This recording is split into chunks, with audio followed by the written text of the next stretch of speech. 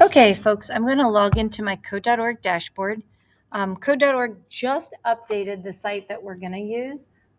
So it's a little bit different, which I'm not sure if I like or not, but it is what it is. So we're going to manage.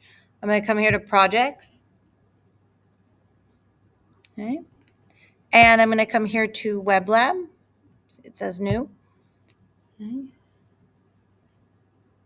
Open up a new Web Lab.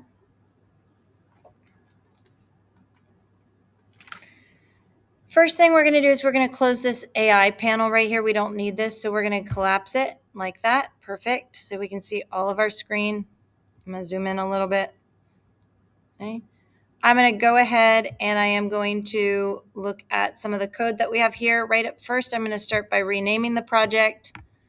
My last name, hello, and you'll put your class period either 7 or 8. I'm going to put just T for test. This is my recorded lesson, and save. Okay. Notice line 1 is the only place you're going to see capital letters. That means that we are screaming like you would if you typed that out to somebody. So that is the only place we're screaming something, because we are screaming what language we are typing in, which is HTML. Okay, so it's yelling at the computer that you are typing in HTML code. The next thing we're going to do is we're going to look at these tags, HTML, HTML, matching, pairs. One has a backslash, that's the close. So when I say a close tag, I mean a version with the backslash. Body opens on line 3, body closes on line 5. Again, the closed version has the backslash, the open version does not. I'm going to delete that code right there. Okay. We're going to start by typing our first heading, H1. This is our main heading. It's the largest one. We're going to type the words hello world, spelled correctly and capitalized correctly to get full credit. Headings get capital letters, friends, capital letters. Okay.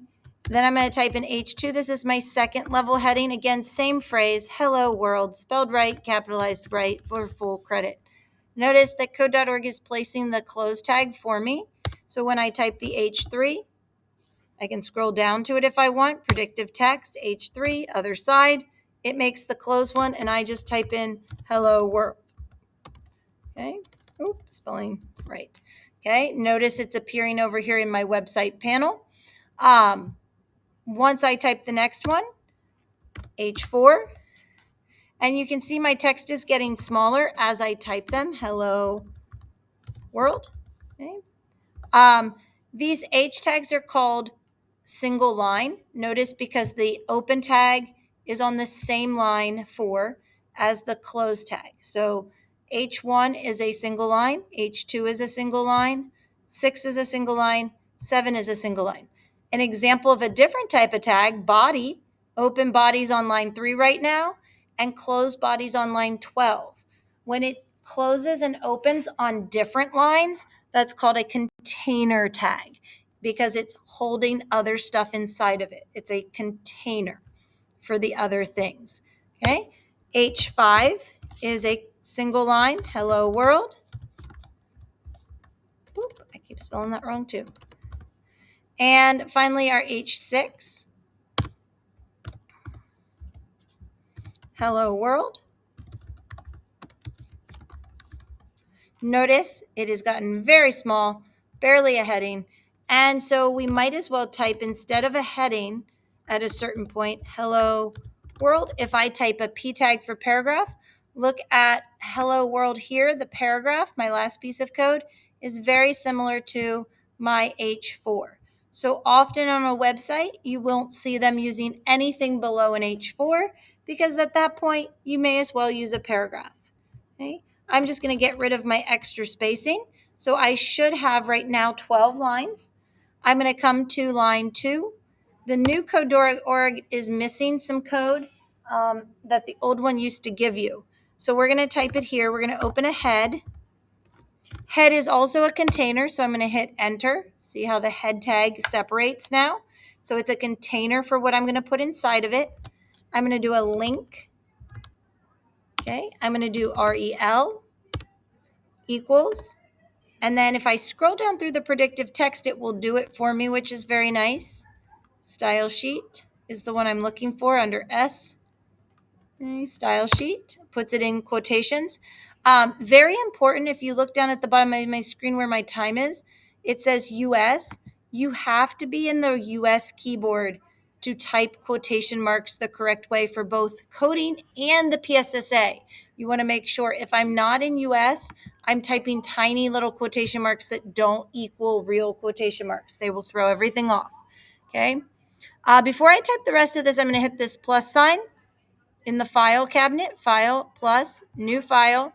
I'm going to type the word style, STYLE, change this type to a CSS file and create.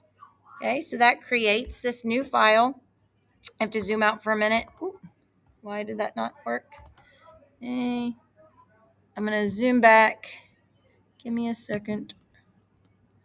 Okay, here we go. And somehow I got all the way over. Oh, there we go. Okay, I'm going to go back to my index so you can click between them. Index, style, index, style. Okay, we're back here on line 4. We're going to type href equals the quotations. Remember, they have to be the right style. And you're going to use the name of this file. I don't think you can copy it. It's going to see. Add to chat tutor. I wonder if that lets you type it over here. No. I thought maybe it did let you bring it up, expand. No. Add chat message, add file. Nope, that doesn't help me. Anyway. Okay, I'm going to go ahead and add that file in here then by hand. Between those quotation marks, just type in the file style.css. Code.org used to just do it for you. And put the other side of the bracket. Okay. At this point, I've pushed this panel over too so that you can see all code and nothing's cut off. So this website can just be like this. I see my files. I see all my code lines 1 through 15. I'm going to take a full screenshot, paste this to the slide that is in Google Classroom. Okay, I'm going to post this to the slide for the HTML once I take a full screenshot. And that was our first lesson in HTML.